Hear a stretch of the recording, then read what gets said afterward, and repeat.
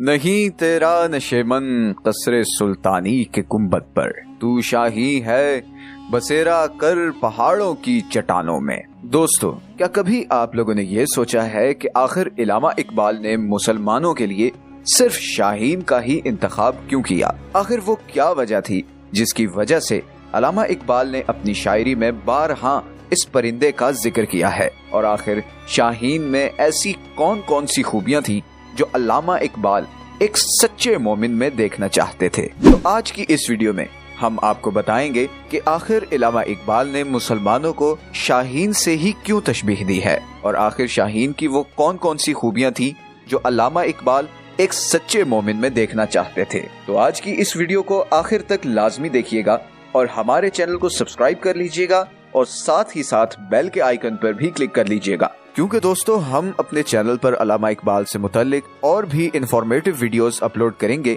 और अगर आप लोगों ने हमारे चैनल को सब्सक्राइब किया होगा और बेल के आइकन पर भी क्लिक किया होगा, तो ऐसे में जैसे ही वीडियोस अपलोड होंगी तो आप लोगों को सबसे पहले नोटिफिकेशन मिल जाएगी।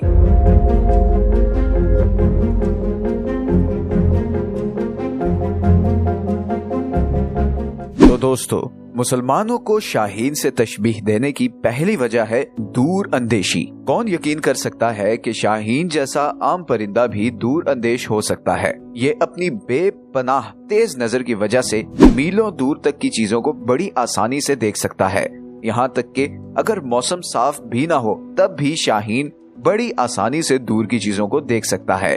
बारिश के दौरान जब दूसरे परिंदे अपने घोंसलों में छुप जाते हैं तब शाहीन आसमान में परवाज कर रहा होता है। जब दूसरे परिंदे सिर्फ उड़ने का इरादा कर रहे होते हैं तो शाहीन हजारों मील का फासला तय कर चुका होता है। शाहीन एक ऐसा परिंदा है जिसे परवाज के दौरान बहुत से चैलेंजेस का सामना करना पड़ता है, लेकिन शाहीन बड़ी आसानी से इन चैलेंजेस पर काबू पा लेता है। इसीलिए अल्लामा इकबाल की भी यही ख्वाहिश थी कि हम मुसलमान भी शाहीन की तरह दूर अंदेश बन जाएं और अपने अहदाफ पर मुस्तकिल मिजाजी से काम करते रहें।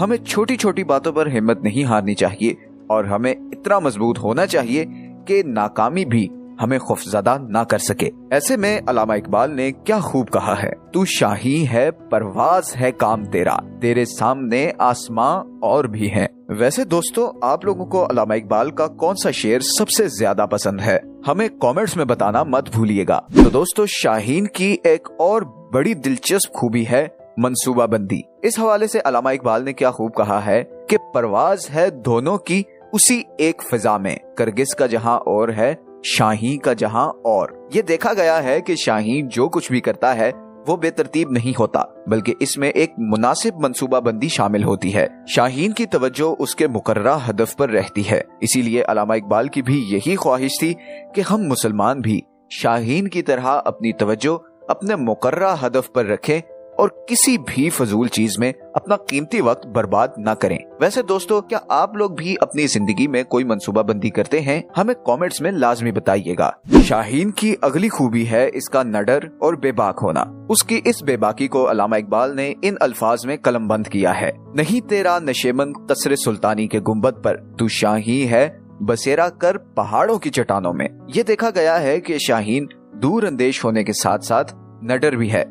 शाहीन कभी भी खतरात मोल लेने या चैलेंजेस का सामना करने से नहीं डरता। शाहीन ऊंची परवाज करता है। शाहीन को अपना घोंसला बनाने की कोई फिक्र नहीं होती। शाहीन एक सख्त जिंदगी गुजारता है और जिंदा शिकार पर ही जीता है। शाहीन हर खतरे का बेखौफी से मुकाबला करता है और हमेशा आजाद रहता है। इसीलिए अल्लामा इकबाल की भी यही ख्वाहिश थी कि हम मुसलमान भी शाहीन की तरह नडर बन जाएं और अपनी तमाम मुश्किलात का बेखौफी और बहादुरी से सामना करें। यहाँ पे एक सवाल मेरे जहन में आता है कि आप लोगों को सबसे ज्यादा डर किस चीज से लगता है? हमें कमेंट्स में जरूर बताइएगा।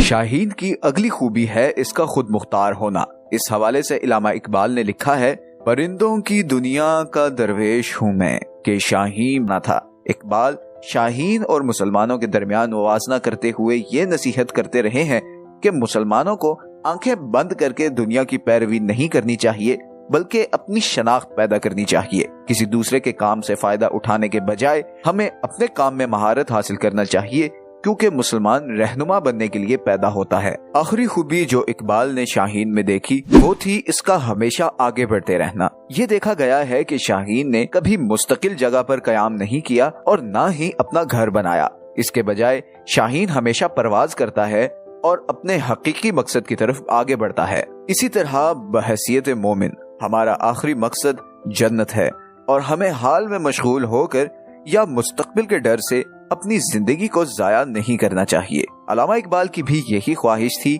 कि हमें बहैसियत मोमिन आखिरत के सफर के लिए मेहनत करनी चाहिए। दोस्तों, शाहीन खुद को दुनिया से मुकम्मल तौर पर मुनक़ता नहीं करता, बल्कि जिंदगी गुजारने और अपने मकासद को तरजीह देने के लिए जरूरी चीजों का इंतखाब करता है। इसी तरह हमें भी जिंदगी में अपने मकासद को तरजीह देनी चाहिए। हमें अपने मनफी ख्यालात पर तवज्जो ना देते हुए जिंदगी के मुस्बत पहलुओं की तरफ देखना चाहिए। हमें माजी में नहीं रहना चाहिए, बल्कि हमें हाल में रहना चाहिए। ऐसे में अल्लामा इकबाल ने कहा है कि अफसोस सद अफसोस कि शाहीन न बना तू, देखे न तेरी आंख ने फितरत के इशारात। शाहीन की तमाम खूबियों और अल्लामा इकबाल ने जिस वजह से इस परिंदे का इंतखाब किया, इसको देखते हुए मोमिन के लिए जरूरी है कि वो कुछ वक्त तन्हाई में गुजारे, खुद शनासी के सफर से गुजरे और अपनी सलाहियतों को पहचाने। हमें मेहनत से नहीं घबराना चाहिए और अपने हकीकी मकसद की तरफ आगे बढ़ते रहना चाहिए। इस सब के बारे में आप लोगों की क्या राय है और आप लोगों को शाहीन की कौन कौन सी खूबी सबसे ज्यादा पसंद आई है और वो कौन सी खूबी है जो आप भी अपनाना चाहते हैं? अपनी राय कमेंट्स में बताना मत भूलिएगा। और दोस्तों, स्क्रीन पर आपके सामने हमारे चैनल की दूसरी वीडियोस भी दिखाई दे रही होंगी। आप इन वीडियोस को भी देखकर अपनी मालूमात में इजाफा कर सकते हैं। इस तरह की और मजीद अच्छी वीडियोस देखने के लिए हमारे चैनल को सब्सक्राइब कर लीजिएगा और बेल के आइकन पर भी क्लिक कर लीजिएगा